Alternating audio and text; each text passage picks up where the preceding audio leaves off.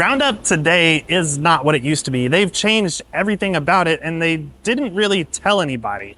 In fact, it's so different that you really can't even use it the same way that you might be used to using it. So let's talk about it. So I saw this post going viral on Facebook talking about this subject and how Roundup no longer is made of glyphosate. In fact, none of these products that are on the shelf even contain glyphosate anymore. And I didn't believe it. So I actually went to Home Depot and put on a clever disguise and went undercover to check out the garden section. But before we get into that, we need to back up a little bit to talk about what this chemical composition even is. So first of all, Roundup isn't really a chemical. It's just a brand name that could mean a lot of different things. But what most people think of as being Roundup is the chemical ingredient called glyphosate.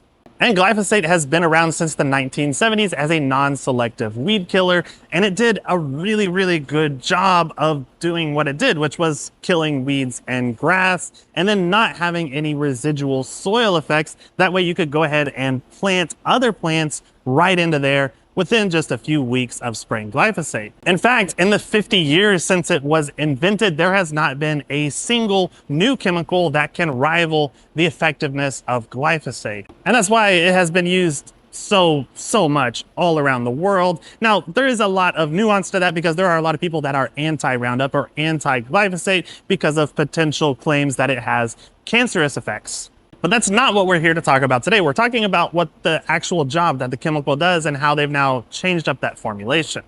So as I mentioned, for most of its history, the brand Roundup was associated with that chemical glyphosate, but now the parent company of Roundup, which is no longer Monsanto, it's actually Bayer, has decided to largely move away from glyphosate, and there's a couple of reasons why.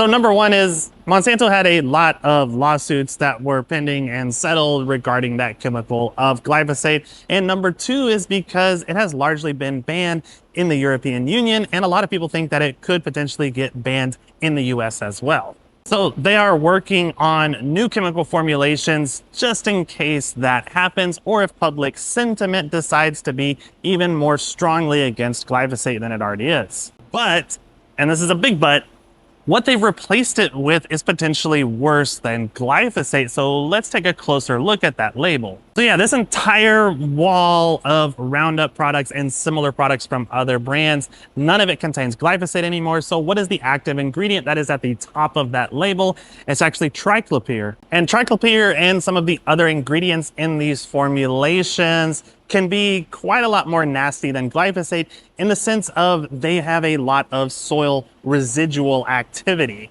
Glyphosate was actually pretty unique because once it hit the dirt, it became mostly inert, meaning that it had to be absorbed through the foliage or the leaves of the plants and grass, and that spraying it onto the soil around a plant wasn't necessarily going to hurt that plant because the roots were not very likely to pick it up and take it into the system of the plant. And that's why one popular method of getting rid of grass and transforming a lawn area into garden area was to spray glyphosate over the whole area, give it a couple of weeks for it to systemically kill all of those plants, then go in and till the soil or lay compost right on top and plant. And that glyphosate that you sprayed a couple of weeks ago was not going to hurt the new plants that went into that area.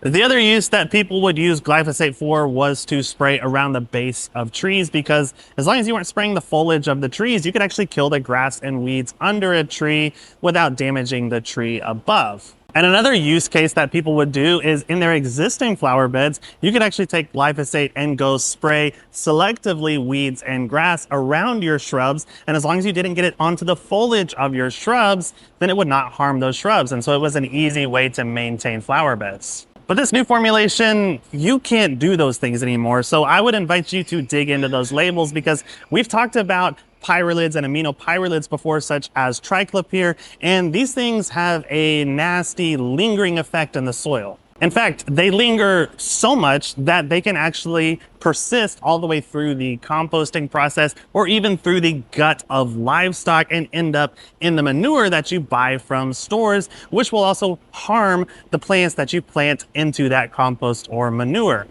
All this being said is, if you're buying Roundup and trying to use it the same way that you used to by spraying it in your flower beds around your trees or prepping garden beds for it, don't do that, because it is going to most likely harm any future plants that are going into those spots or surrounding shrubs that might pick it up through the roots.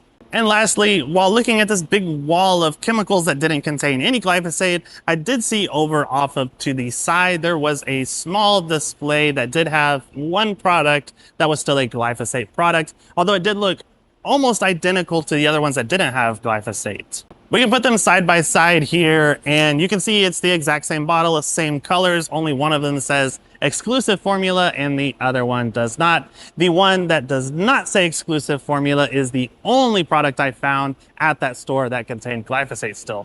Now, this was just a really long video to tell you one simple thing: is you need to read the ingredient list on that bottle, and you need to dig into the label and make sure that you are using it properly. That way you're not going to harm any other plants that you happen to be near. And if you are still looking for those glyphosate products because that's what you have learned and like to use, there are still quite a lot of stores that do sell them to this day.